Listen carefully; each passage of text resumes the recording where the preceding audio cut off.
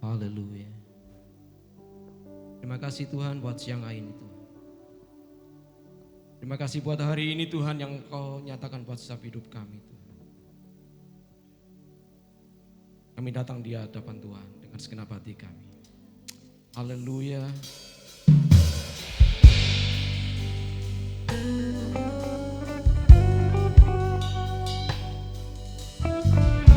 Kau telah memberikan segalanya buat hidup kami. Bahkan Engkau rela berkorban untuk setiap hidup kami Tuhan. Sehingga hidup kami boleh layak di hadapan Tuhan. Engkau begitu baik buat hidup kami Tuhan.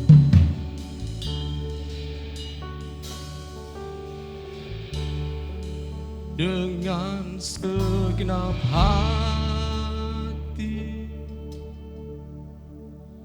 dengan segenap jiwa, katakan, dengan kekuatanku, ku sembah Kau Tuhan. Amin. Dalam kekudusan-Mu, mari angkat tangan kita di hadapan Tuhan. Ku angkat tanganku, ku rindu selalu, ku rindu selalu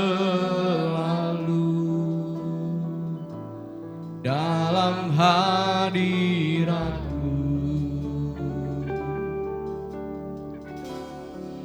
Sebab Engkau yang kudus, haleluya, Anak domba Allah. Terima kasih Tuhan, darah-Mu tercurah, katakan di atas Kalvari.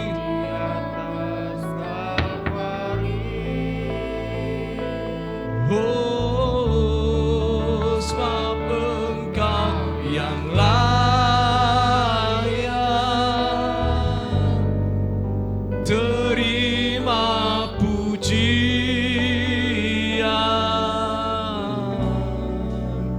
hormat dan kuasa sekarang dan selamanya. Terima kasih Tuhan. Segala hormat pujian hanya bagi Tuhan yang telah memberikan hidupnya untuk hidup kami Tuhan. Haleluya, haleluya. Kami sembah Tuhan dengan segenap hati kami. Amin. Dengan segenap hati, dengan segenap jiwa, dengan kekuatanku Tuhan, dengan kekuatanku, katakan ku sembah Kau Tuhan. Rasakan kehadirannya saat hari ini. Amin. Dalam kekudusan-Mu, mari angkat tangan kita di hadapan Tuhan. Ku angkat tanganku ya Tuhan, ku rindu selalu, katakan diam dalam hadirat-Mu Tuhan, hadirat-Mu. Haleluya. Sebab Engkau yang kudus, Anak domba Allah, darah-Mu tercurah, katakan di atas Kalvari. Amin. Haleluya. Oh, sebab Engkau yang layak terima pujian,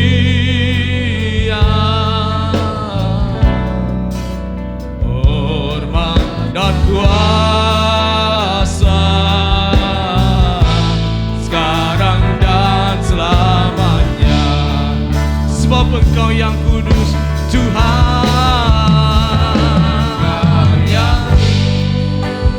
yang kudus, anak domba Allah. Kau telah relakan diri Kau Tuhan untuk setiap hidup kami. Ya, terima kasih buat pengorbanan-Mu. Haleluya.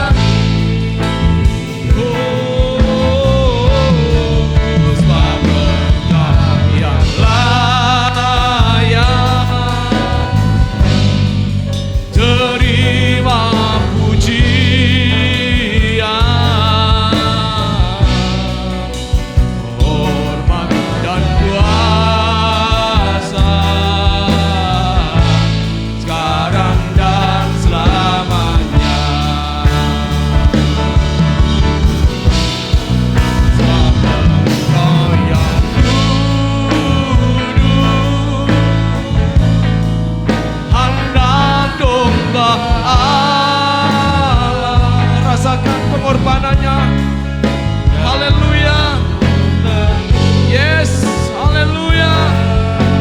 Katakan di atas Kalvari,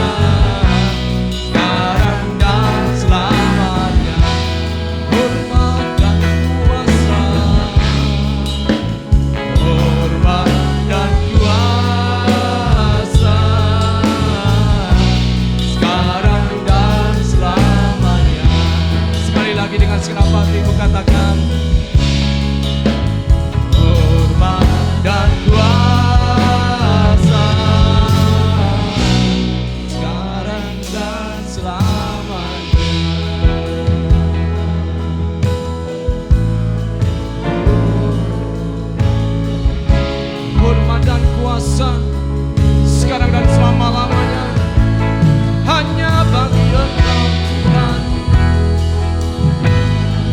Engkau Allah yang rela berkorban atas hidup kami, memberikan hidupmu atas kami. Engkau telah mencurahkan darahmu atas hidup kami. Engkau Allah yang mengasihi kami Tuhan.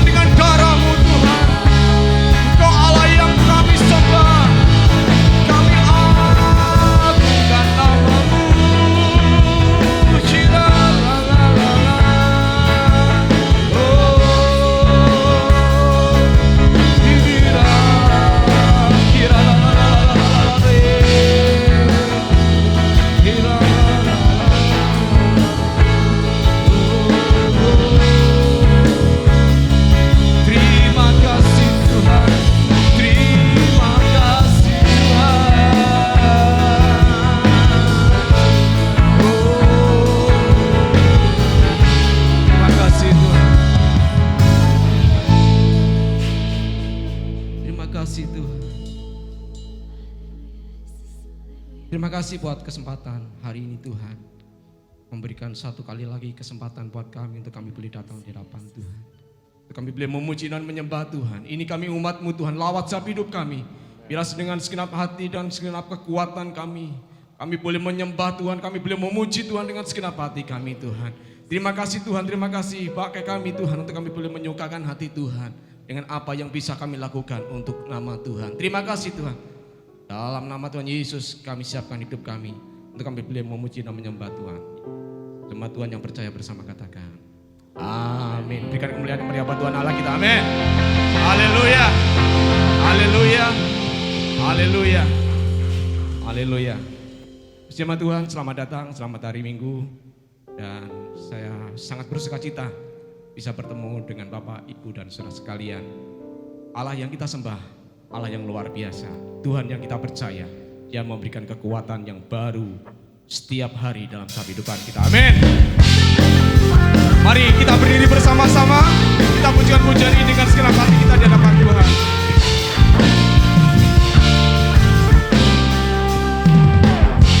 Tuhanlah kekuatan dan mazmurku, katakan Dia gunung batu dan keselamatanku. Hanya padamu hatiku percaya, katakan Kaulah menara dan kota perlindungan. Haleluya. Ku mau selalu bersyukur sebab cinta padaku, katakan takkan pernah berubah. Hatiku percaya walaupun bergoncang gunung beranjak, namun kasih setia takkan tak berhenti. Haleluya. Haleluya. Bersama katakan Tuhanlah kekuatan dan mazmurku, Dia gunung batu dan keselamatanku. Hanya padamu hatiku percaya. Kaulah menara dan kota perlindungan. Haleluya.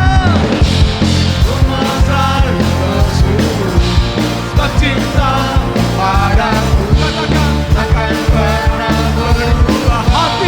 Hatiku percaya walaupun bergoncang gunung-gunung beranjak, namun kasih setia, katakan tak berhenti.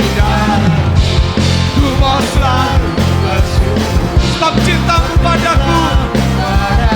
Haleluya. Berubah hatiku percaya walaupun bergoncang. Haleluya. Beranjak, namun kasih setiamu tak berhenti. Haleluya. Kasih Tuhan selalu ada pada hidup kita.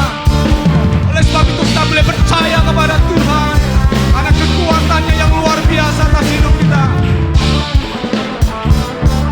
Haleluya. Amin.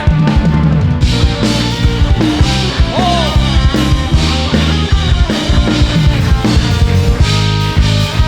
Haleluya. Katakan ku mau selalu bersyukur sebab cintamu padaku, katakan takkan pernah berubah.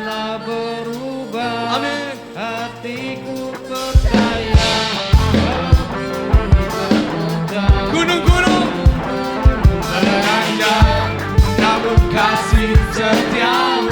Amin. Amin. Ku mau selalu bersyukur sebab cinta padaku. Haleluya. Berubah hatiku percaya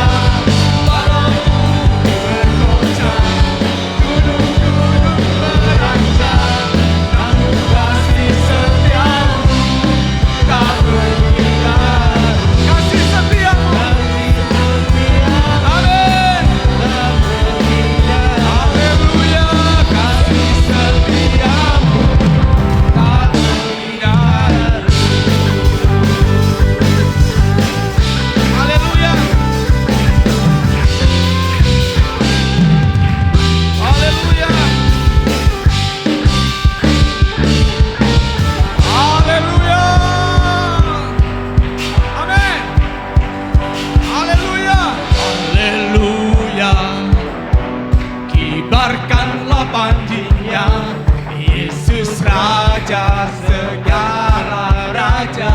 Katakan haleluya, haleluya. Bangkitlah gerejanya, kita lebih dari pemenang. Jemaat Tuhan katakan lebih sungguh lagi, haleluya. Kibarkanlah panjinya, Yesus Raja segala raja.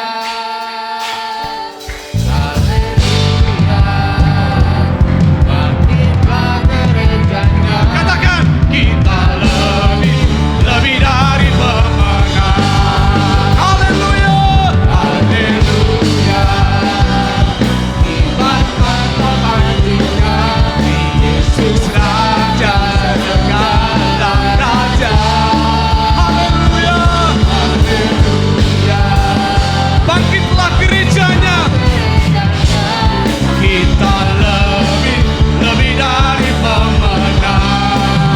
Haleluya, kita lebih dari pemenang. Katakan sekali lagi, kita lebih dari pemenang. Haleluya, haleluya, amin, amin. Sabar kembali Bapak Ibu, haleluya. Kita percaya bahwa kita lebih dari pemenang. Amin. Karena kita telah ditebus oleh darahnya yang kudus. Karena itu saatnya kita boleh menjadi umat-umat pemenang di hadapan Tuhan. Haleluya. Kita mau siapkan hati kita di hadapan Tuhan. Haleluya. Dia penolong yang setia atas hidup kita. Dia Tuhan yang selalu ada buat hidup kita. Oleh sebab itu janganlah kita merasa kita sendiri. Dia Allah yang luar biasa atas hidup kita. Amin.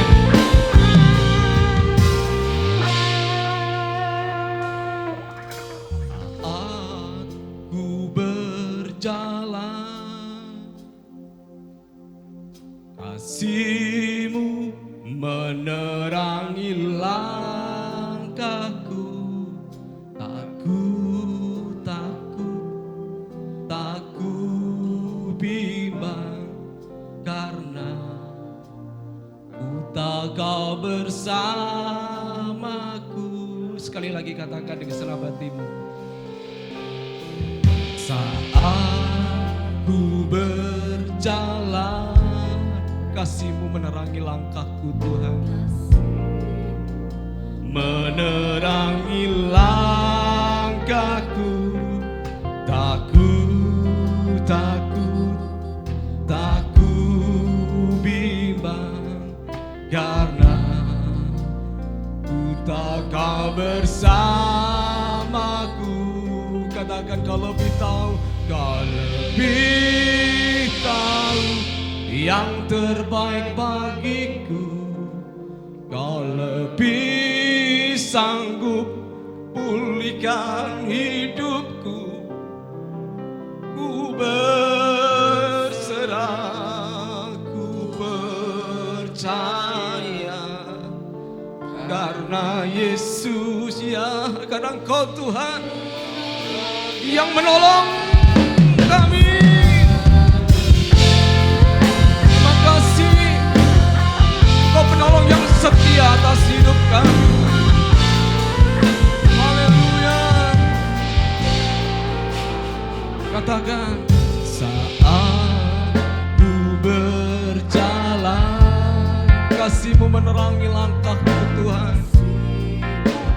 Menerangi langkahku.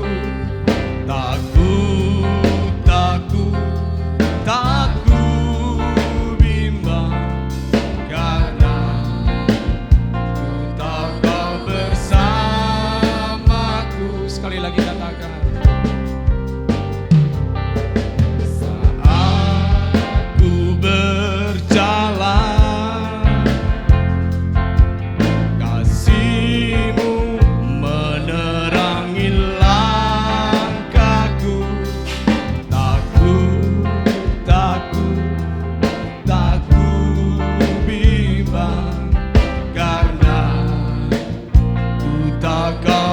bersamaku. Katakan kau lebih tahu Tuhan, kau lebih tahu yang terbaik bagiku. Ya, Ia tahu yang lebih baik buat hidup kita.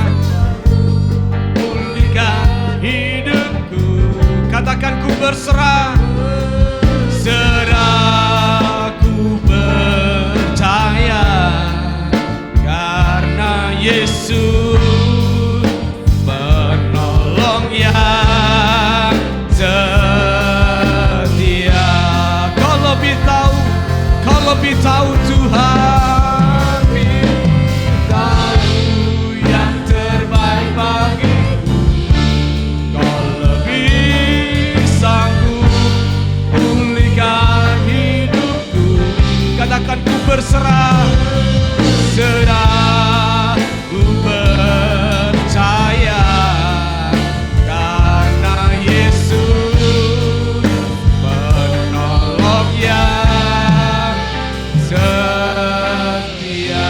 Jemaat Tuhan, katakan dengan segenap hatimu, kau lebih tahu yang terbaik bagiku.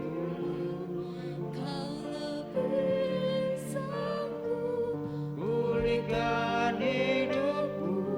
ku berserah Tuhan. Berserah, ku percaya. Ya, hanya Kau Tuhan. Ya, mari kita berdiri bersama-sama. Kita pujikan pujian ini.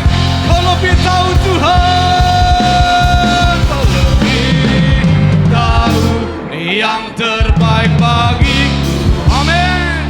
Lebih sanggup pulihkan hidupku. Ku berserah, serah ku percaya, karena Yesus penolong yang setia. Karena Yesus penolong yang setia. Karena Yesus, haleluya, Yesus penolong yang setia. Amin. Haleluya. Aku punya Tuhan yang besar, Ia telah berjanji. Amin. Menggenapi aku bersepakat percaya kuasa-Nya. Amin. Ku terima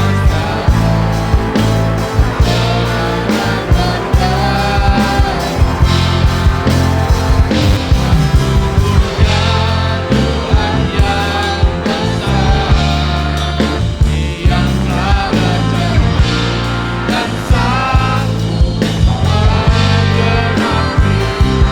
Aku bersepakat percaya kuasa-Nya. Terima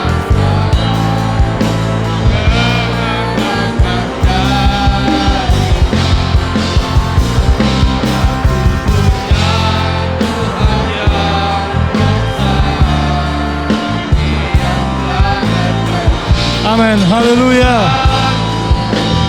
Menggenapi imanku bersepakat percaya. Amin.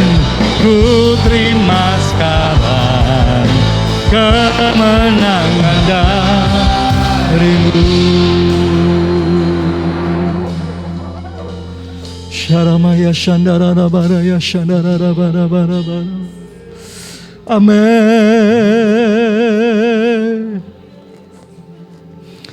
Haleluya. Engkau yang lebih tahu Tuhan, bagaimana cara menolong kami.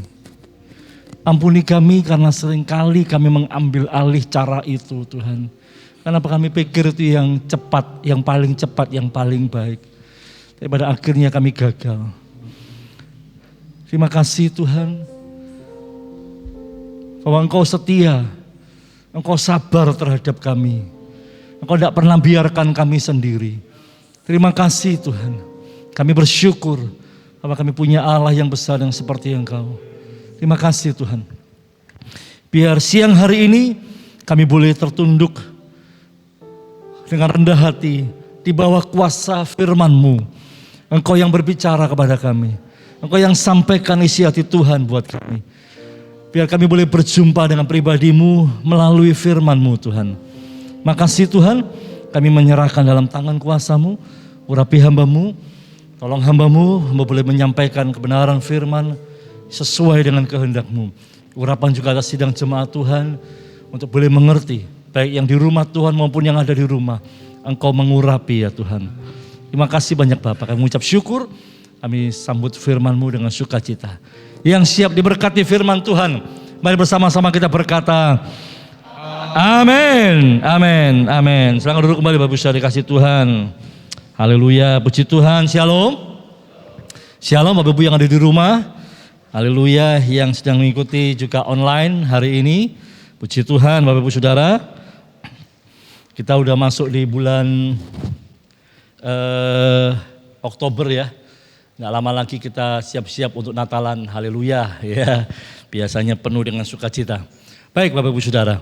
Hari ini saya akan menyampaikan tentang kuasa Injil ya. The power of gospel. Kuasa Injil. Mari kita buka bersama-sama Alkitab kita atau Bapak bisa lihat, ngikuti di layar.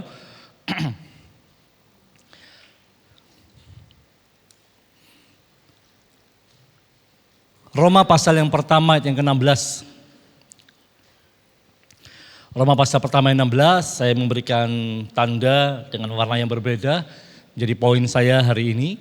Sebab aku mempunyai keyakinan yang kokoh dalam Injil. Karena Injil adalah kekuatan Allah yang menyelamatkan setiap orang yang percaya. Pertama-tama orang Yahudi tetapi juga orang Yunani. Ya, ayat ini ditulis oleh Rasul Paulus ketika Rasul Paulus akan mengadakan perjalanannya ke Roma. Ya Bapak Ibu Saudara, Paulus sangat rindu untuk pergi ke Roma. Tetapi ketika saya membaca ayat ini sesungguhnya di dalam kalimat aku mempunyai keyakinan yang kokoh akan Injil, dalam bahasa aslinya itu tulis begini, aku tidak malu karena Injil.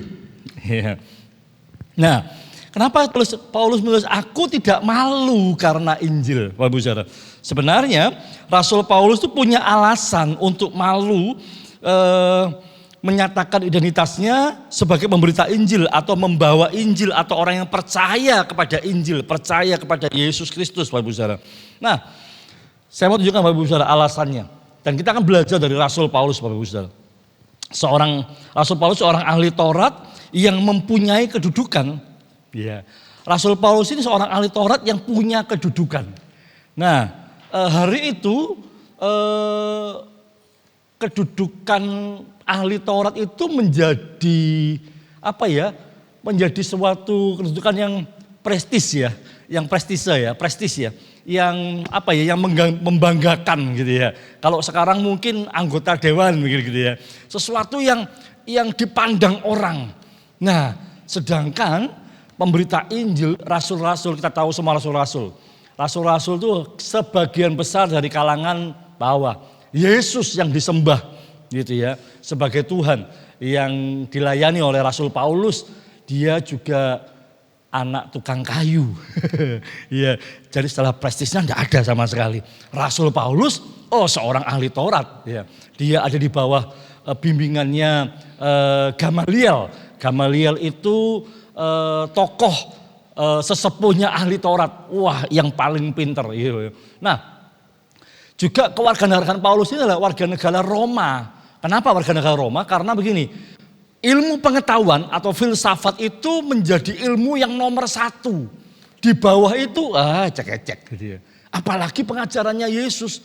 Aduh, sama hukum Taurat gitu ya. Aneh gitu ya, aneh. pengajaran Yesus ini aneh. Ya, enggak sama. Ini apa ya pengajaran Yesus ini kok tampar pipi kiri berikan pipi kanan. Lalu aku anak manusia enggak punya tempat untuk meletakkan kepalanya. Loh kok miskin banget gitu kan. Jadi kok aneh pengajaran. Padahal filsafat itu memberikan pengajaran yang wah keren-keren, bagus-bagus ya. Hampir semua sekarang ini tatanan kita di dunia ini hampir semua karena ilmu filsafat itu ya. Salah satunya gaya gravitasi, itu salah satu penemuannya. Nah, lalu Paulus kalau mau cari alasan juga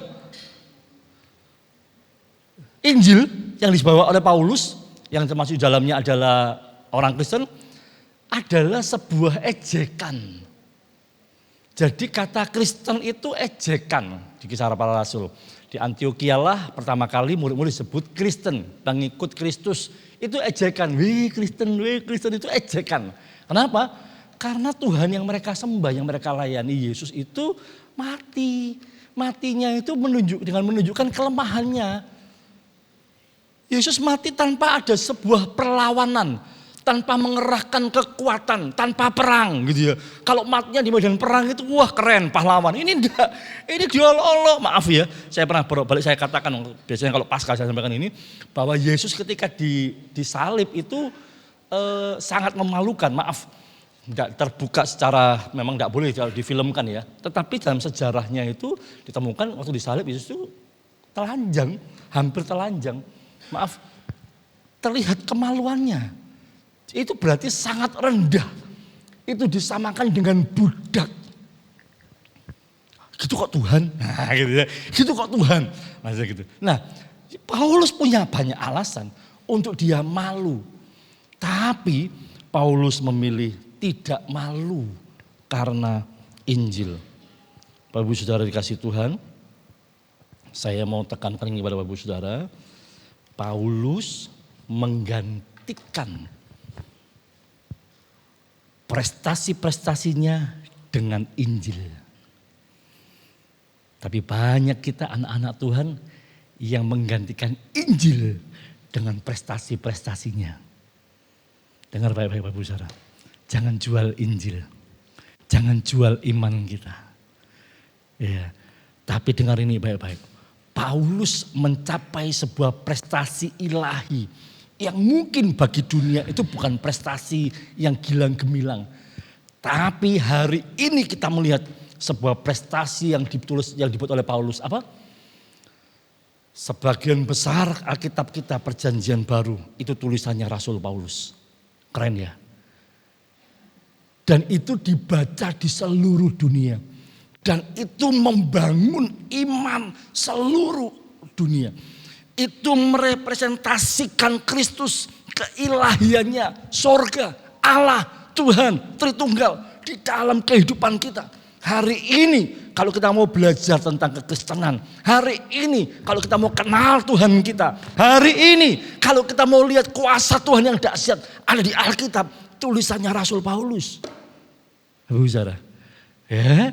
Nah, kita belajar Bapak Saudara bahwa kita melihat bahwa Paulus tidak malu karena Injil.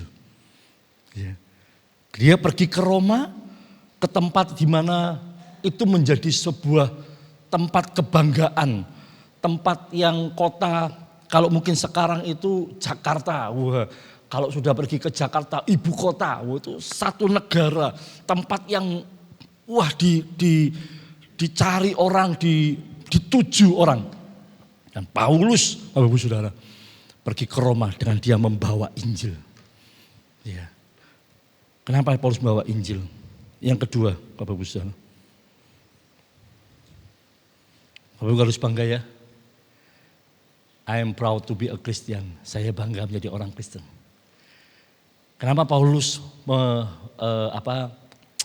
tetap membawa Injil ke Roma? Karena ini. Injil adalah kekuatan Allah. Amin. Injil adalah kekuatan Allah. Ya Bapak Saudara. Mengapa kita perlu Injil? Mengapa kita perlu Injil? Jelas Alkitab katakan Karena Injil adalah kekuatannya Allah. Saya ulangi lagi memang, sengaja dalam PowerPoint saya ulang lagi. Kenapa kita perlu Injil? Karena Injil memang kekuatan Allah, Bapak Ibu Saudara. Di dalam Injil lah kekuatan Allah dinyatakan. Di dalam Injil lah kekuatan Allah didemonstrasikan. Di dalam Injil lah Allah dengan segala eksistensinya dinyatakan, Bapak Ibu Saudara. Yesus menjadi representasi, menjadi perwujudan Tuhan. Allah yang gak terjangkau, Sang Pencipta yang nun jauh di sana, yang gak mungkin manusia sampai kepada Allah, dinyatakan melalui Yesus Kristus. Saya tangkap Bapak Ibu Saudara. Injil itu kekuatan Allah. Ya. Nah, Bapak Ibu Saudara kasih Tuhan, itu sebabnya kita perlu mengalami. Kita perlu mengalami kuasa Allah. Kita perlu mengalami kuasa kebangkitan Kristus di dalam hati dan roh kita. Jangan sampai kita dikuasai kedagingan, sampai akhirnya kedagingan itu yang hanya membawa kepada kematian. Mari kita baca. Nah, saya tunjukkan Bapak Ibu bahwa manusia ini lemah. Alkitab sudah menunjukkan ini. Yang pertama Roma pasal 5 ayat 6. Karena waktu kita masih seteru, masih lemah, kita telah mati. Dan karena waktu kita masih lemah, Kristus telah mati untuk kita orang-orang durhaka pada waktu yang ditentukan Allah.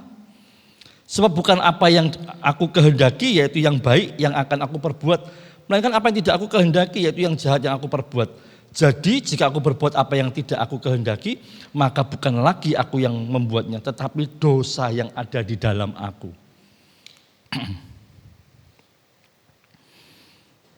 Bapak Ibu Saudara, Injil itu kekuatan Allah. Dosa membuat manusia kehilangan kekuatan yang sudah diberikan. Ya, jadi mengapa kita perlu Injil? Karena Injil itu kekuatan Allah. Kita harus tahu bahwa gini,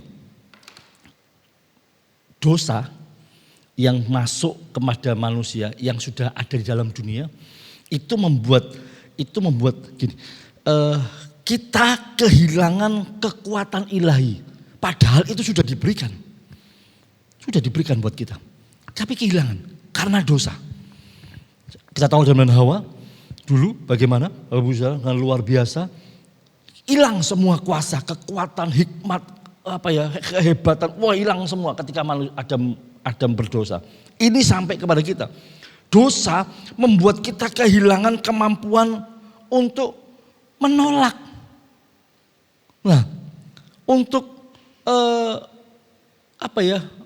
untuk menahan intimidasi dosa, untuk bahkan gini, ikatan-ikatan dosa itu akan semakin menekan manusia.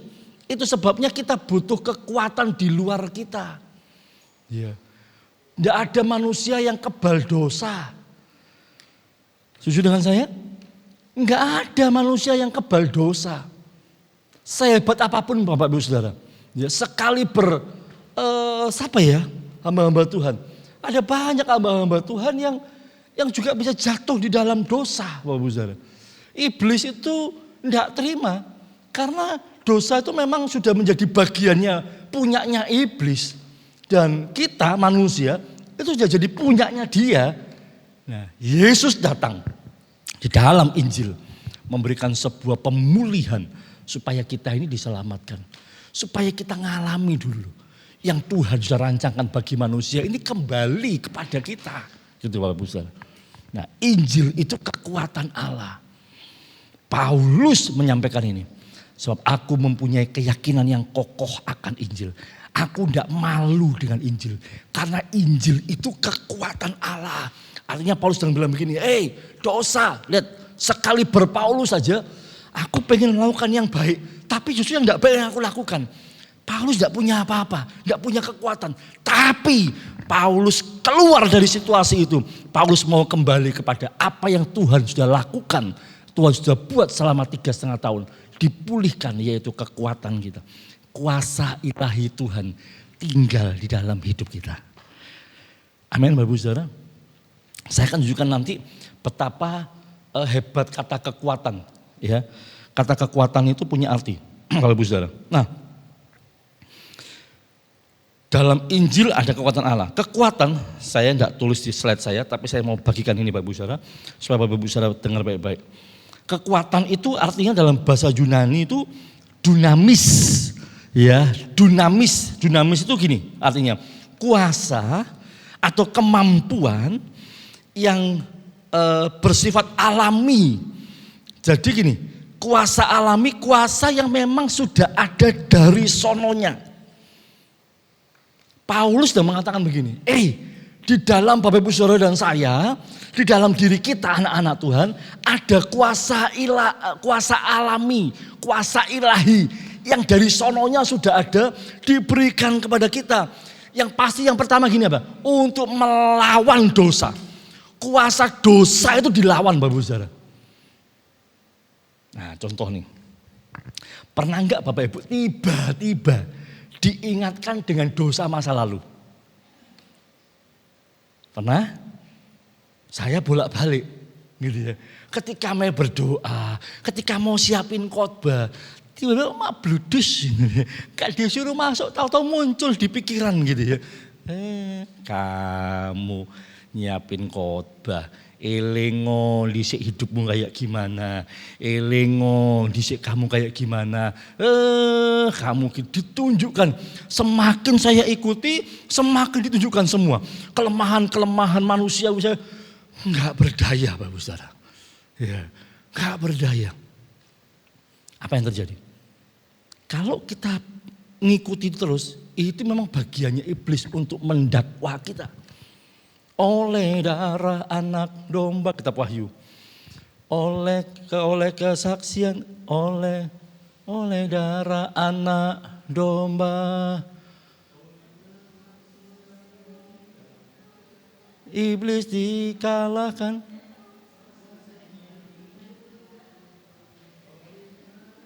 Kok lali saya ya? Alasan kita. Nah, sebenarnya bukan itu sih. Yang iblis mendakwa aja ada lagunya apa dia?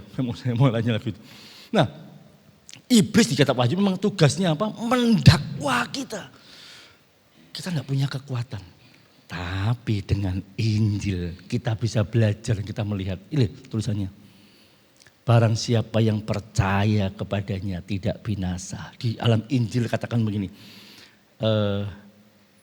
Setiap kita yang mengaku dosa diampuni. Yesus sudah mati untuk menebus dosa-dosa kita. Inilah yang menjadi kekuatannya kita.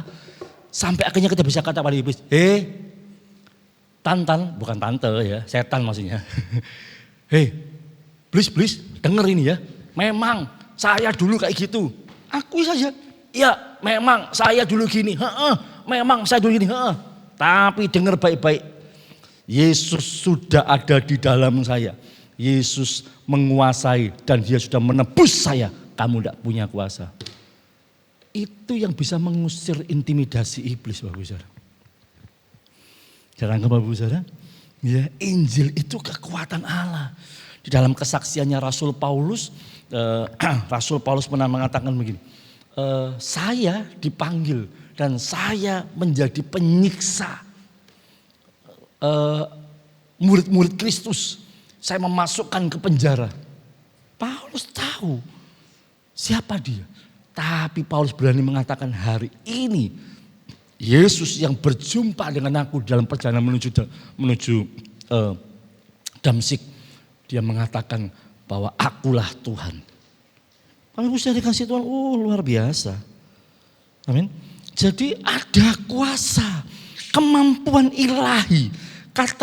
Kata kekuatan itu artinya gini, kuasa alami yang diberikan di dalam kehidupan kita. Ya, Bapak bisa. Hanya Injil. Kenapa kok gini?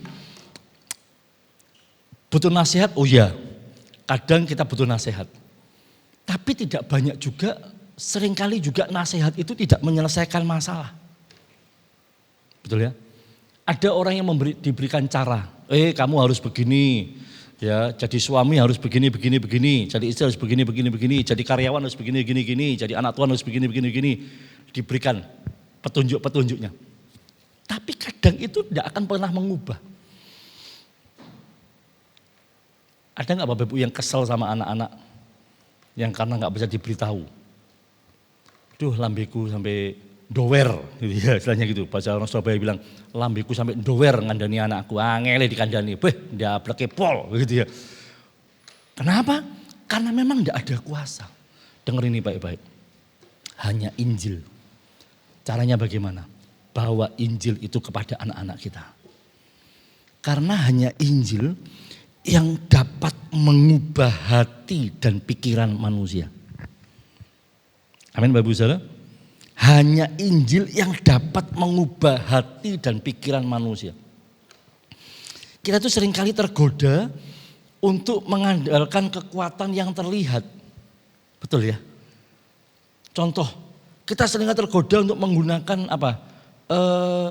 Keuangan kita. Kita coba solusi dalam masalah kehidupan kita, berarti butuh duit.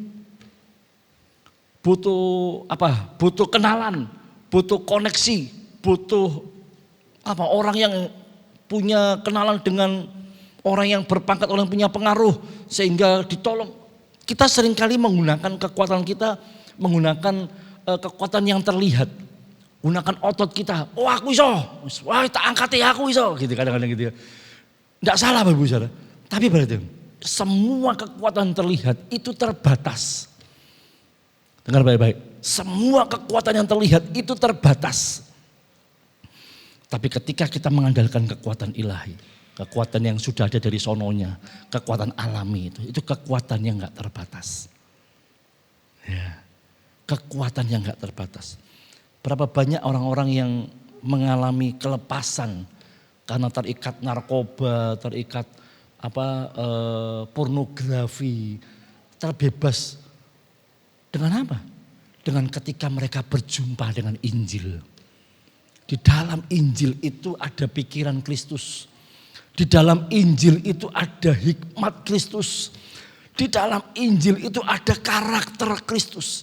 Di dalam Injil itu ada solusi-solusi yang luar biasa, Bapak Ibu Saudara. Makanya Paulus katakan ini, ada kekuatan di dalam Injil. Ya.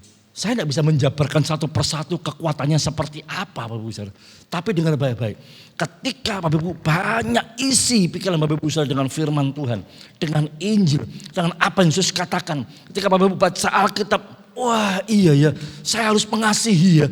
Ya wis lah, saya mau mengasihi. Berapa banyak kita membantah untuk mengasihi. Karena apa? Karena orang yang harus kita kasih, orang yang menjengkelkan kita. Orang yang menyakiti kita. Orang yang membuat kita luka. Orang yang merugikan kita. Tapi Alkitab katakan, balaslah jahat dengan baik. Betul gak? Tampar pipi kiri dengan pipi kanan. Betul gak? Betul? Tampar pipi kiri dengan pipi kanan. Tampar pipi kiri dengan pipi kanan. Jangan betul-betul tak Bapak Ibu Saudara. Kalau kamu tampar pipi kirimu, berikan pipi kanannya, bukan jangan ditampar pipi kanannya, Bapak Ibu. Lihat Bapak Ibu Saudara, ya. Injil, bagaimana Tuhan bekerja, bagaimana Tuhan membuat mujizat. Amin, amin. Yang kedua sih, bentar, saya lanjut lagi. Artinya kekuatan itu ya. Yang pertama kuasa, kemampuan. Yang kedua, kuasa untuk mengadakan mujizat. Kuasa untuk mengadakan mujizat, Bapak Ibu Saudara. Di dalam Injil. Dari mana kita punya pengharapan bahwa ada mujizat di dalam kehidupan kita? Dari mana kita tahu? Injil. Kesaksian orang yang terima mujizat, baik, ya. Tapi kesaksian itu tidak sedahsyat kalau kita membaca Alkitab. Amin, Bapak Ibu Saudara. Amin. Saya lupa kapan kemarinnya. Ada orang yang ketika dia membaca Alkitab, lalu tiba-tiba, maksudnya hari ini kita Alkitab. Kalau zaman Paulus belum ada Alkitab. ya, masih Injil, masih apa yang Yesus buat. Tangkap Bapak Ibu Saudara, yang hari ini kita bicara Alkitab. Injil itu Alkitab. Jadi bukan cuma 4 kitab aja, bukan cuma Matius, Markus, Lukas, Yohanes, bukan, tapi Alkitab. Ya, Injil itu kabar baik. Maksudnya kenapa Paulus bilang Injil?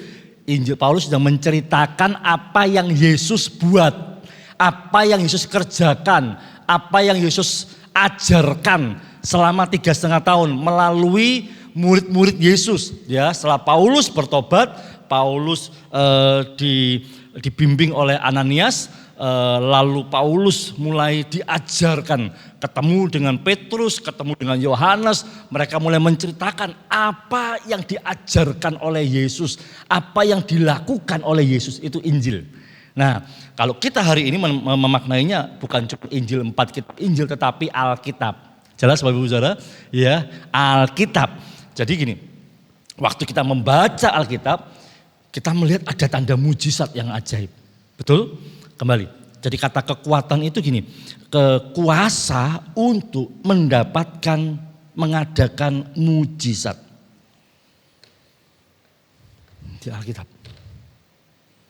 Kesaksian orang lain ketika dengar kesaksian, kekuatan kesaksian besar, ada banyak perusahaan atau usaha multi level itu memblow up ya, menampilkan kesaksian. Oh, saya pakai produk ini karena produk ini bagus. Saya dulunya sakit gini karena produk ini saya minum. Wah, orang tertarik gitu kan. Wah, oh iya dah. Nah, memang punya kekuatan di sana. Tapi dengar ini baik-baik. Mujizat itu lahirnya dari Alkitab. Karena Yesus yang buat, Bapak Ibu Saudara. Ya, saya mencatat catatan saya begini. Mujizat seharusnya tidak membuat orang malas. Mujizat seharusnya tidak membuat orang malas. Maksudnya begini. Kadang kita mendengar khotbah Tuhan yang berperang ganti kamu. Oh, enggak salah memang. Tapi akhirnya kita dibawa seolah-olah begini. Wes enggak usah ngapa-ngapain, toh nanti ada mujizat. Oh, enggak bisa. Wes enggak usah ngapa-ngapain. Walah, nanti kan ada mujizat dewi. Oh, enggak bisa. Itu malas namanya, ya. Nah, mujizat itu adalah upaya melibatkan Tuhan dalam usaha-usaha kita.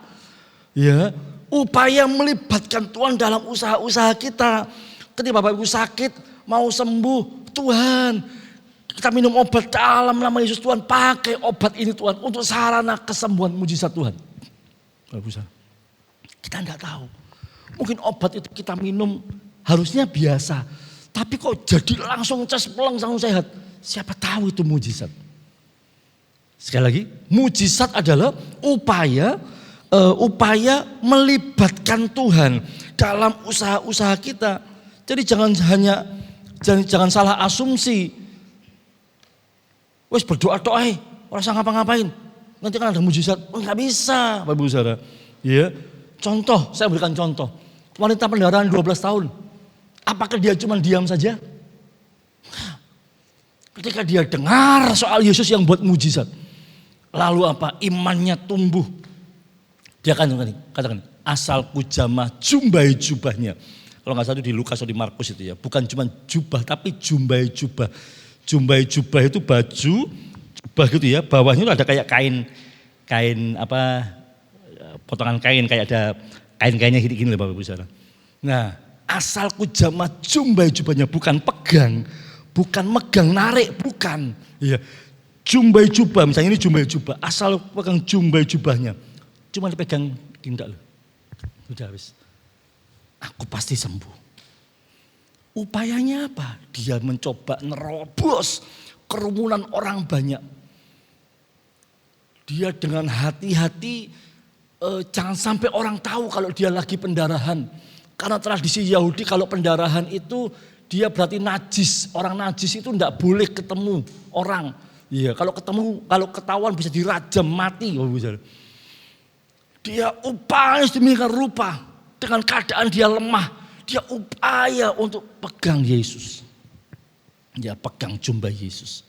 Upaya, mujizat terjadi. 5 roti 2 ikan untuk 5.000 orang. Gini aja deh mikirnya, gampang aja.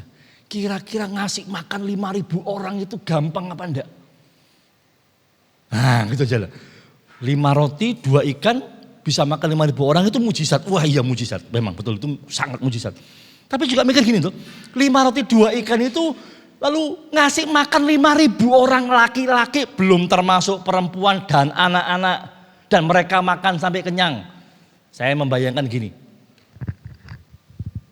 Pelayan, terus. Petrus maksudnya gitu ya.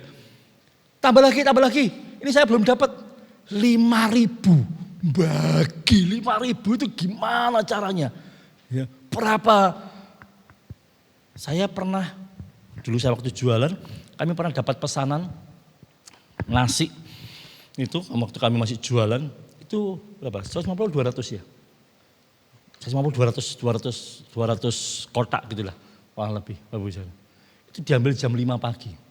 Istri saya enggak tidur. Tidak tidur sama sekali. Dari pagi nyiapin malam saya tidur. Dia enggak tidur. Ngudak-ngudak di dapur. Wah ngolah semua sampai selesai. Itu baru 200 atau 250 porsi. Ini 5.000. Atau mujizat juga itu.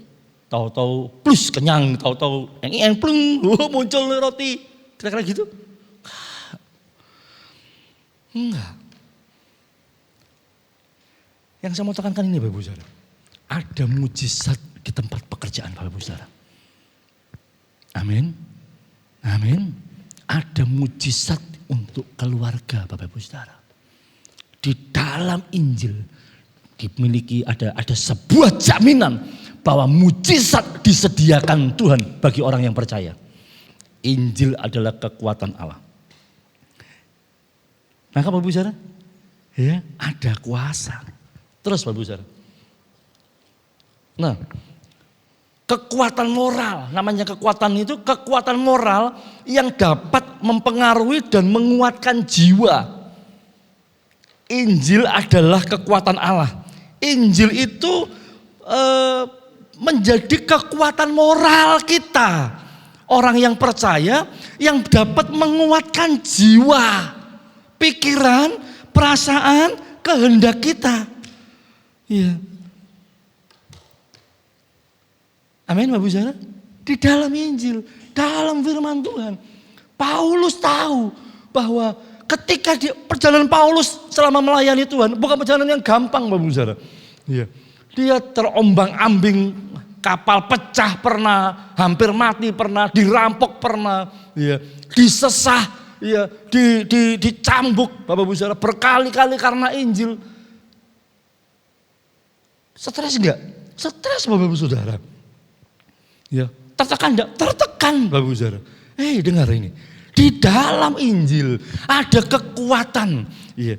Ada kuasa, ada kekuatan moral yang dapat mempengaruhi dan menguatkan jiwa kita. Keren ya Bapak Ibu Saudara. Sadari Bapak Ibu Saudara, Bapak Ibu itu punya kekuatan yang luar biasa di dalam Yesus. Amin. Sehubungan yang terakhir. Kata kekuatan itu punya arti apa? Beristirahat. Punya arti beristirahat. Bapak Saudara. Saya gak salah dah ini ya. Ini orang Surabaya ya. Gak salah dah. Kok artinya istirahat? Saya coba lihat lagi. Bener. Memang istirahat Bapak Saudara. Yesus katakan apa? Marilah kepadaku semua yang letih lesu dan berbeban berat. Aku akan berikan kelegaan kepadamu. Betul enggak Bu Saudara? Ya, waktu kita stres, waktu kita waduh gitu ya, kita pasti butuh istirahat. Ini ada 2 saudari dokter ini yang ikut sama-sama dengan kita. Istirahat betul memulihkan imun kita, betul? Istirahat itu memperbarui sel-sel kita, betul ya? Ini ada dokter, nanti kalau salah nanti saya dikoreksi ya kalau salah ya Bu Dokter ya. Bisa dikasih Tuhan. Lihat, istirahat. Hei, Injil adalah kekuatan Allah. Waktu kita istirahat itu sel-sel kita ada diperbaharui, memperbaharui sel-sel yang rusak dengan sendirinya. Tubuh kita dengan sendirinya otomatis itu memperbaiki sel-sel yang rusak. Waktu COVID kemarin, selain makan minum, istirahat cukup. Selain vitamin, istirahat cukup. Bapak Ibu Saudara. Ya. Yang diserang waktu kami kena COVID kemarin, yang diserang memang kami nggak bisa tidur. Wow. Gitu. Nah, di dalam Injil ada kekuatan Allah. Alami Bapak Ibu Saudara. Amin. Amin. Ya, kita bisa istirahat, setelah pagi kita bisa bangun dengan tubuh yang segar di dalam Injil. Nah, keren ya Bapak Ibu Saudara ya. Itu sebabnya isi pikiran-pikiran kita dengan firman Tuhan. Amin. Kalau Tuhan sudah tegur Bapak Ibu Saudara, jangan buat itu, lakukan saja. Buat ini, lakukan saja. Taat saja Bapak Ibu Saudara. Tuhan akan buat sesuatu yang baru buat kita. Yang berikutnya, yang 3. Keselamatan harus menjadi pondasi yang kuat bagi keputusan-keputusan kita. Saya ulangi lagi Roma 1:16, sebab aku mempunyai keyakinan yang kokoh dalam Injil, karena Injil adalah kekuatan Allah yang menyelamatkan setiap orang yang percaya.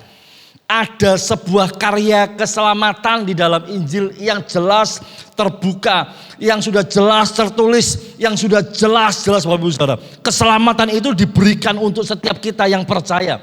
Tadi di awal saya katakan begini, kita ini orang berdosa, kita gak bisa jangkau Tuhan, kita gak bisa sampai kepada Tuhan kalau enggak Yesus datang.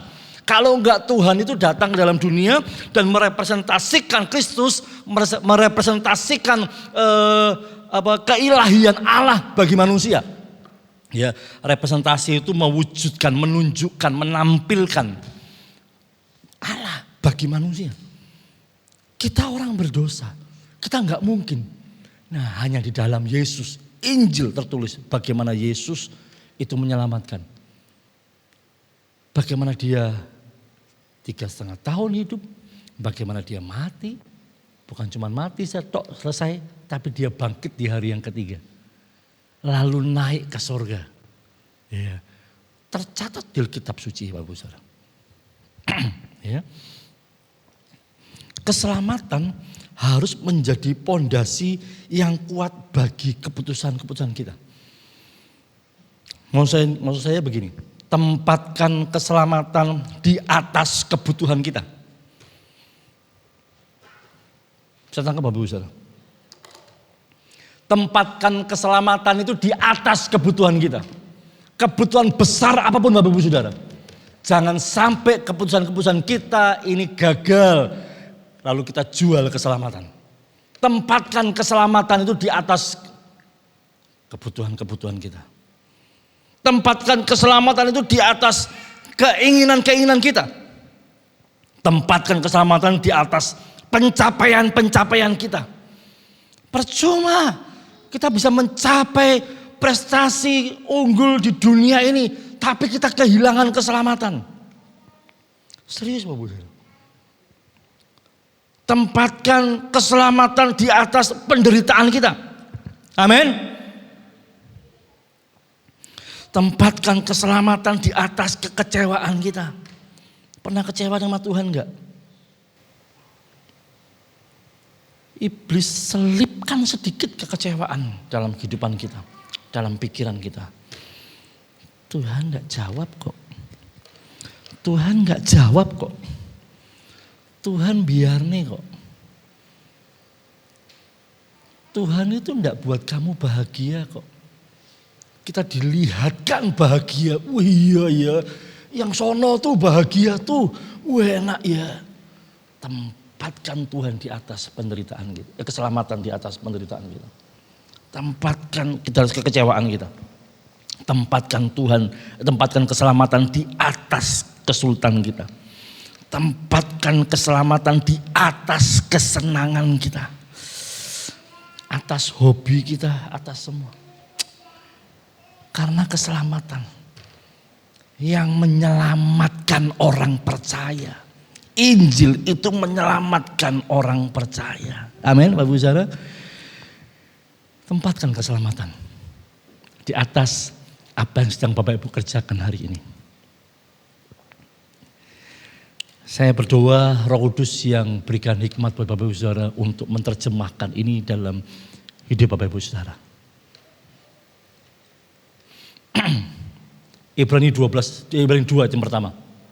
Karena itu harus lebih teliti kita memperhatikan apa yang telah kita dengar supaya kita jangan hanyut di bawah arus.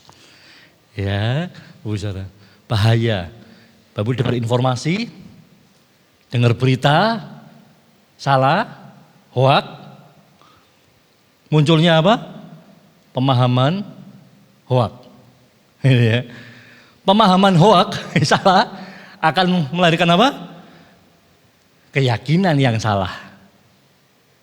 Kalau keyakinannya kita sudah salah, tindakan kita ini akan salah. Kalau tindakan kita sudah salah, pasti sudah hidup kita pasti salah. Sudahlah. Semua keputusan kita, semua tindakan kita pasti salah. Dengar nih orang itu ngerasani kamu. Oh iya? Ngomong denger lagi, wah tenang ngerasani. Wah ngerasani kudu dilawan. Wah, akhirnya kita punya pemahaman, oh iya ya, kita mulai muncul ilmu gadoklogi. Do you know gadoklogi? Cocoklogi gitu. Mulai dihubung-hubungkan, oh iya dulu dia gini, oh berarti dulu gini, oh iya cocoklogi. Gatok lah gitu ya, klop lah, mulai ada keyakinan salah. Akhirnya apa? Tindakan kita salah. Oh tak balas, kalau lihat aja kan. Belum tentu.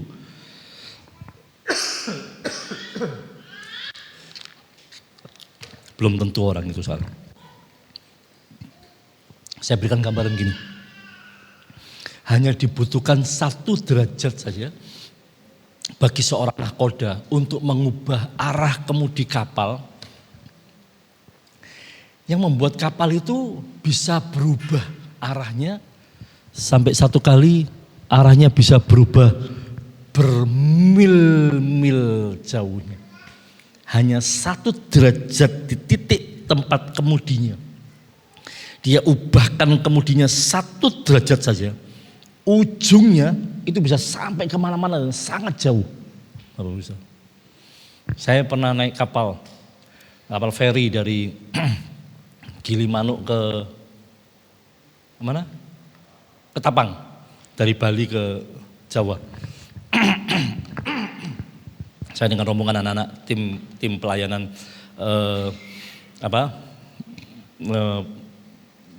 pelatihan kepemimpinan, tim outbound saya. Lalu kebetulan kok nggak tahu anak-anak saya kok bisa naik sampai ke tempatnya nakoda itu. Akhirnya saya diajak naik. Saya ngomong. Sampai akhirnya hampir bersandar gitu. Loh, Cap, ini kok arahnya kita kok kapalnya kok beda ya, Cap? Iya, Pak Pendeta. Karena kita nanti turunnya ekor di belakang. Terus arahnya kok ke sini, Cap? Iya, Pak Pendeta. Arusnya begini, anginnya seperti ini, lalu arahnya kemudinya saya harus putar ke segini. Nggak mudeng saya, gitu. Saya nggak mudeng. Tapi dia di kapal itu punya alat untuk mendeteksi angin, mendeteksi arus air laut gitu ya. Sehingga kapal itu mesinnya harus dimatikan, kapal mesinnya dinyalakan lagi gitu. Sampai akhirnya itu kapal itu benar bersandar dan persis berhenti, persis tempat yang pas sehingga tempatnya bisa dibuka, jadi jembatan untuk mobil, truk semua bisa lewat. Oh, keren ya. Wow. Keren. Bahaya Bapak Ibu. Ya, kalau kita salah. Penyimpangan terjadi di saat seorang terlalu menekankan sebagian kebenaran dan mengabaikan kebenaran yang lain. Sekilas saja Bapak Ibu.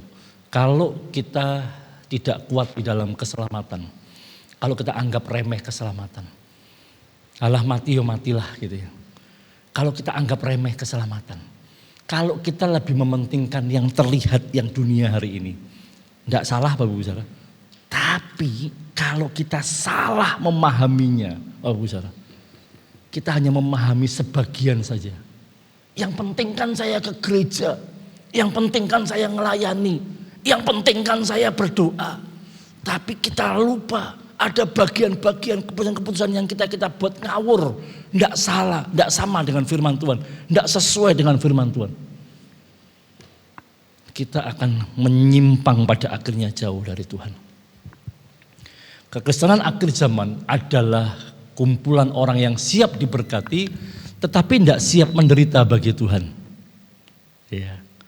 Filipi 1:29. Bapak Ibu saudara kasih Tuhan, dari mimbar ini saya tidak mengajarkan motivasi. Motivasi memang menggairahkan. Tapi dari mimbar ini saya mau mengajarkan kebenaran. Ada keseimbangan. Alkitab tulis begini, dalam Filipi 1:29. Sebab Filipi 1:29 yang di rumah bisa membaca juga. Filipi pasal pertama 29. Sebab kepada kamu dikaruniakan bukan saja untuk percaya kepada Kristus. Kita dapat karunia bukan cuma percaya, menerima berkat, menerima anugerah, tetapi melainkan juga untuk menderita. Sebab kepada kamu dikaruniakan juga untuk menderita. Kita diberikan karunia juga untuk menderita. Halo? Hah? Iya. Penderitaan adalah bagian satu sisi cara untuk menumbuhkan iman kita. Amin. Amin. Besi menajamkan besi, manusia menajamkan sesamanya. Penderitaan gesek terus sampai tajam Bapak Ibu Saudara. Karakter kita dikikis terus, dibenturkan dengan karakter orang lain, dibenturkan dengan situasi orang lain. Kita menderita, kita diperlakukan gak adil, kita dibuat sesuatu yang gak nyaman. Itu karunia. Sebab Allah sudah memberi anugerah kepadamu bukan hanya untuk percaya kepada Kristus dalam terjemahan bahasa Indonesia sehari-hari, tetapi juga untuk menderita bagi Kristus. Kita belum menderita.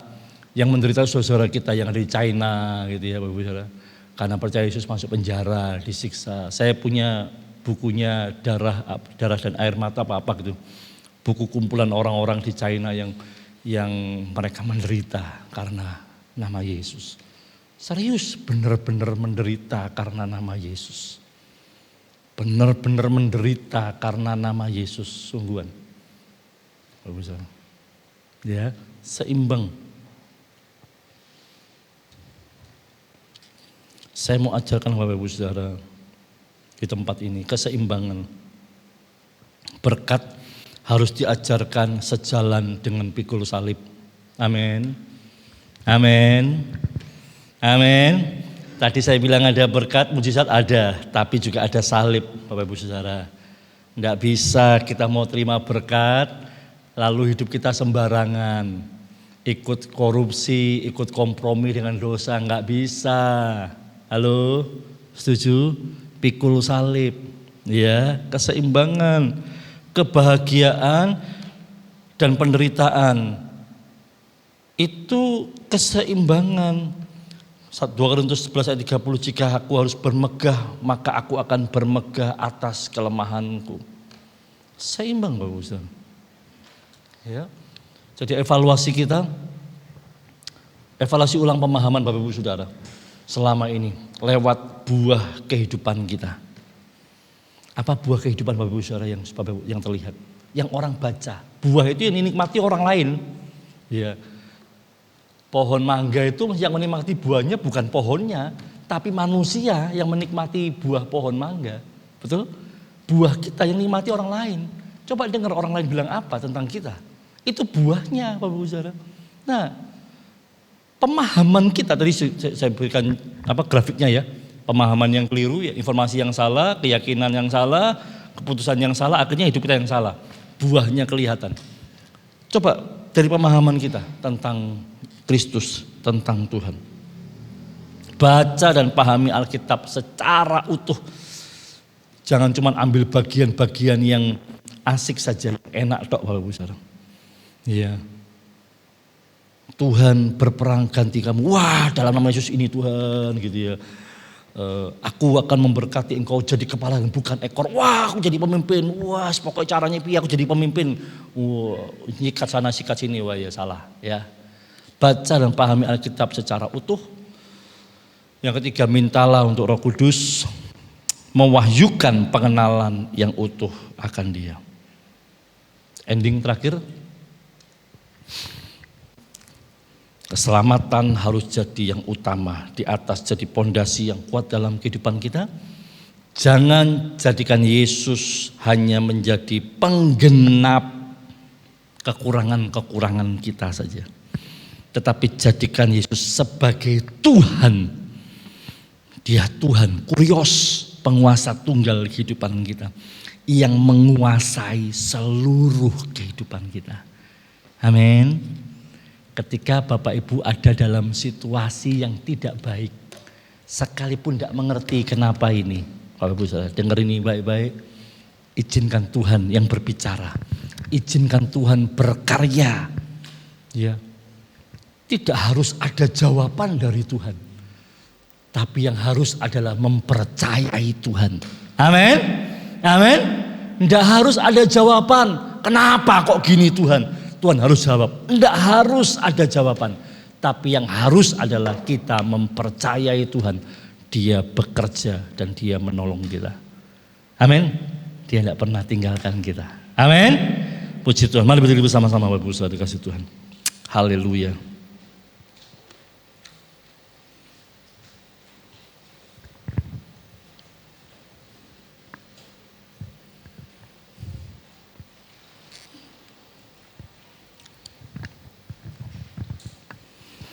Haleluya.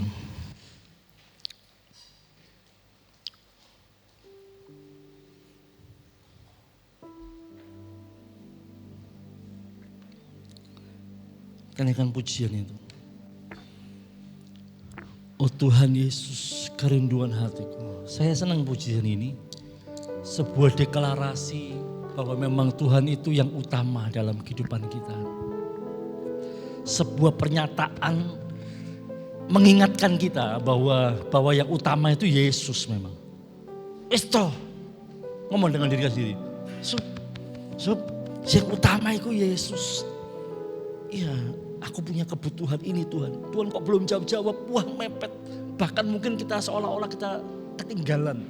Kita gagal, kita acur mungkin. Isto, percaya.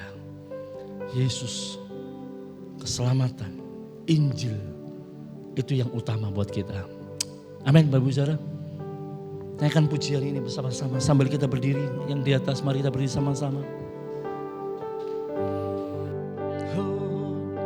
Oh Tuhan Yesus, kerinduan hatiku, mutiara tak ternilai harta milikku. Keindahanmu memudarkan dunia, di mataku engkau termulia.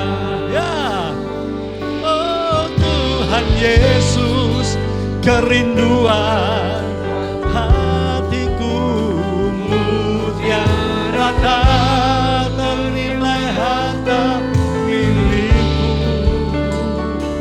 Keindahanmu memudarkan dunia, di mataku engkau termulia. Sekali lagi.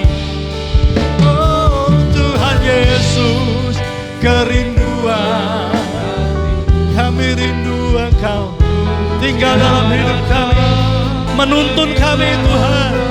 Haleluya. Keindahanmu memudarkan dunia. Di mataku engkau termulia. Sambil Bapak Ibu sedang mempersiapkan roti dan anggur perjamuan, yang di rumah bisa mempersiapkan secara mandiri. Ada yang belum dapat roti dan anggur? Kalau ada bisa angkat tangan, bisa dilayani.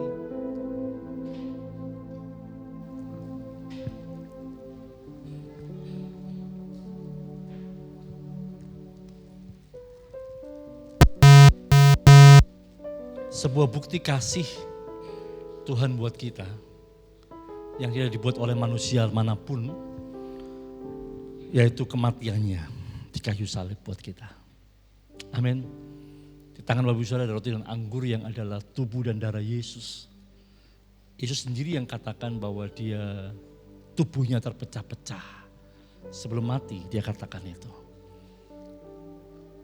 Yesus mau Bapak Ibu Saudara dan saya menerima bagian yang ada dalam tubuhnya. Bilurnya menyembuhkan, imani, amin. Kuasanya memulihkan, kasihnya Bapak Ibu Saudara. Kuasa kasihnya melakukan perkara yang ajaib dalam kehidupan kita. Haleluya. Haleluya, haleluya. Sambil angkat rotinya akan pujiannya sekali lagi. Oh Tuhan Yesus, kerinduan hatiku.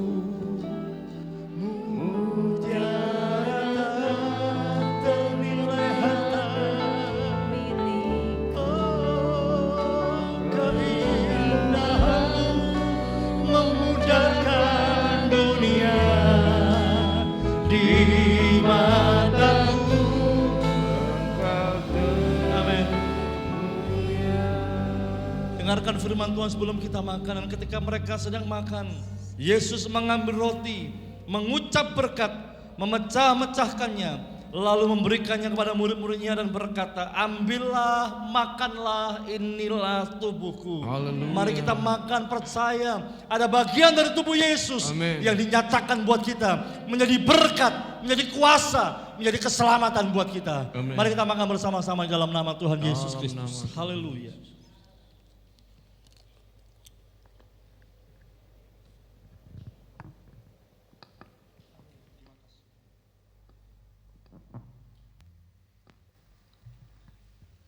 Haleluya. Mari kita angkat cawan ini. Dengarkan firman Tuhan. Sudah itu ia mengambil cawan, mengucap syukur, lalu memberikannya kepada mereka dan berkata, minumlah kamu semua dari cawan ini, sebab inilah darahku, darah perjanjian yang ditumpahkan bagi banyak orang untuk pengampunan dosa. Makasih Tuhan. Mari ucapkan syukur untuk darahnya yang mengampuni dosa kita. Kuasa dosa dipatahkan, dihancurkan oleh darahnya. Haleluya, makasih Tuhan. Dalam nama Tuhan Yesus mari kita minum bersama-sama. Haleluya. Amin, terima kasih Tuhan. Tapi aku berkata kepadamu, mulai dari sekarang aku tidak akan minum lagi hasil pokok anggur ini. Sampai pada hari aku meminumnya, yaitu yang baru bersama-sama dengan kamu dalam kerajaan Bapa. Sebuah pengharapan. Satu kali kita akan ada bersama-sama dengan Tuhan. Berjumpa face to face, muka dengan muka. Kita melihat kemuliaan Allah tanpa ada batasan. Karena kita tinggal bersama-sama dengan Tuhan. Oh Tuhan Yesus, kerinduan hatiku. Mutiara tak ternilai harta. Oh, keindahanmu memudarkan dunia di mataku. Ya, oh Tuhan Yesus, kerinduan hatiku, mutiara tak kedua tangan kita. Haleluya. Sebagai bentuk pengakuan kita bahwa Dia yang utama dalam hidup kita. Amin. Mulia.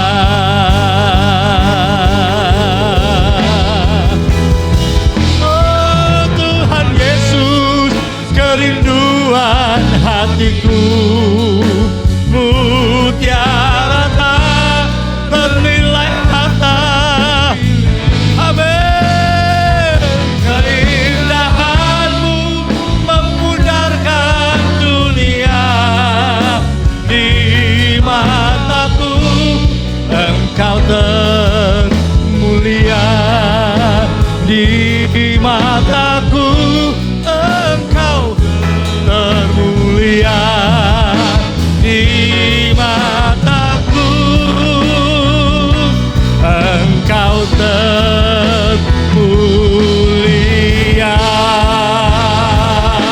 Beri sorak-sorai yang mulia buat Allah kita.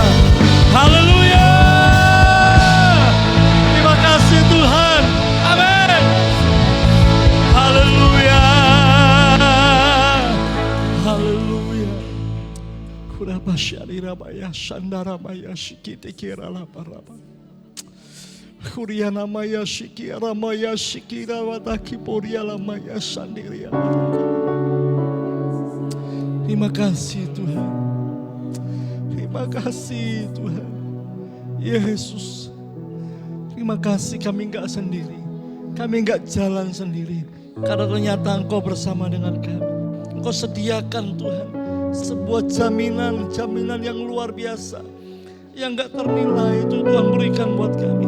Terima kasih Tuhan. Terima kasih Bapa.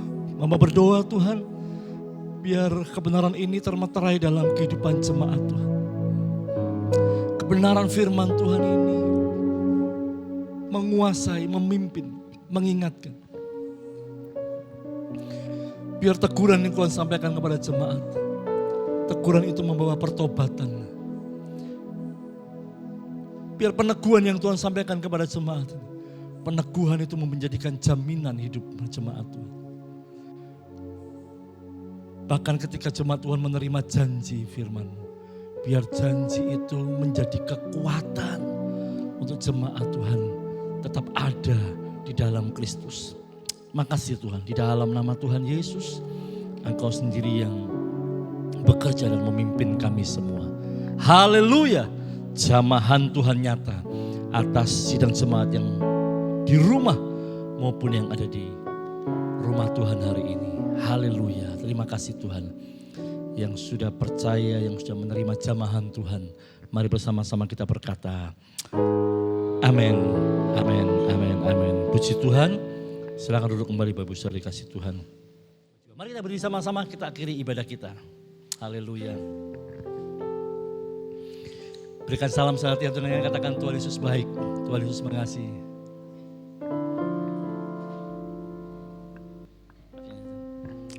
Terima kasih Tuhan.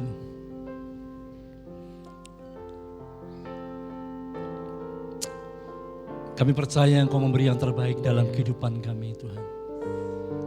Haleluya.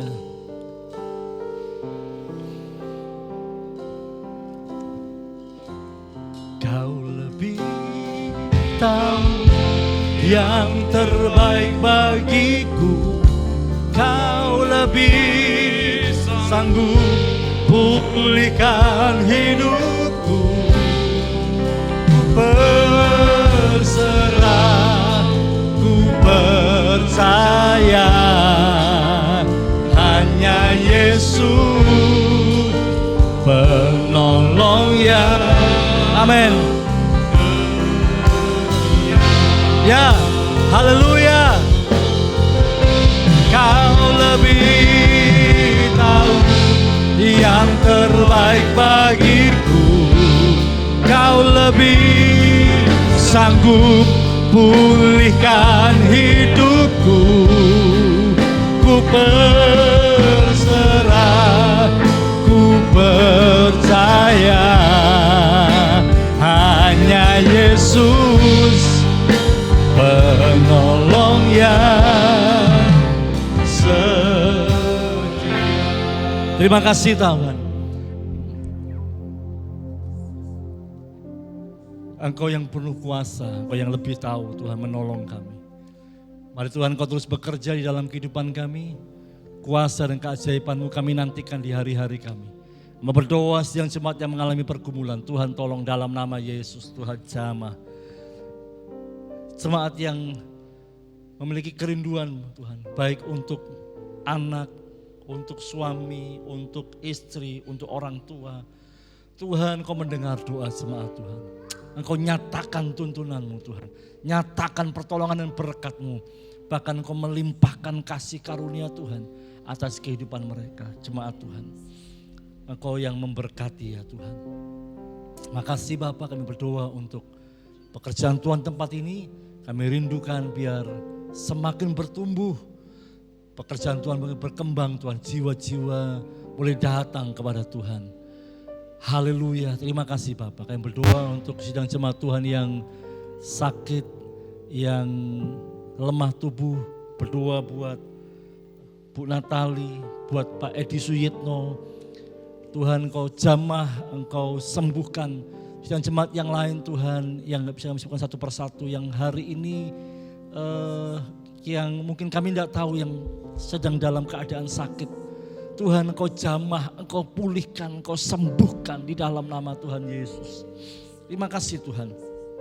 Kami menyerahkan kuasa Tuhan, seluruh sidang jemaat Tuhan di dalam kuasa Tuhan. Terima kasih Bapak. Kami akan akhiri ibadah kami akan pulang ke rumah kami masing-masing. Tuhan menyertai dan melindungi kami. Tatakan tangan Bapak Ibu Saudara yang jemaat dikasih Tuhan, yang di rumah Tuhan maupun yang di rumah masing-masing. Terimalah semua yang terbaik dari Tuhan di dalam damai sejahtera Bapa di surga. Kasih karunia Tuhan kita Yesus Kristus. Dan percayalah kuat kuasa Roh Kudus menyertai dan menolong Bapak Ibu Saudara. Terimalah segala berkat yang Tuhan sediakan. Terimalah berkat keuangan. Terimalah berkat harta benda.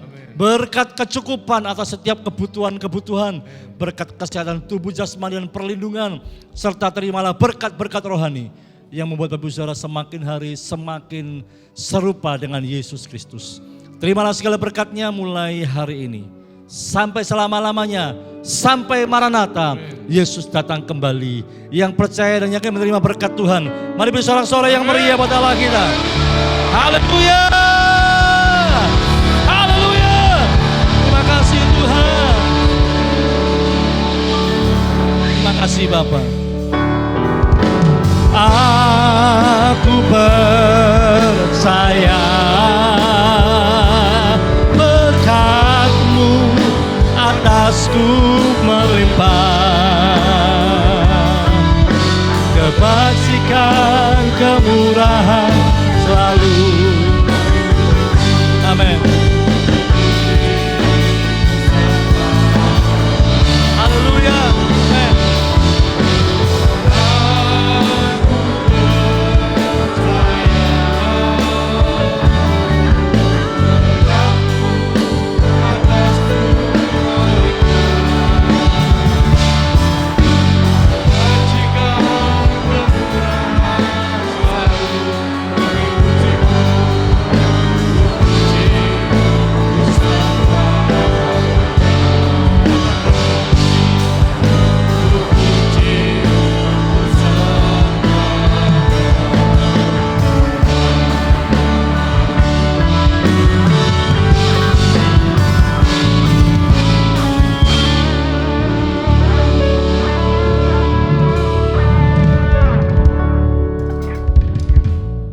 Selamat hari Minggu, selamat pulang. Tuhan Yesus memberkati kita semua. Amin.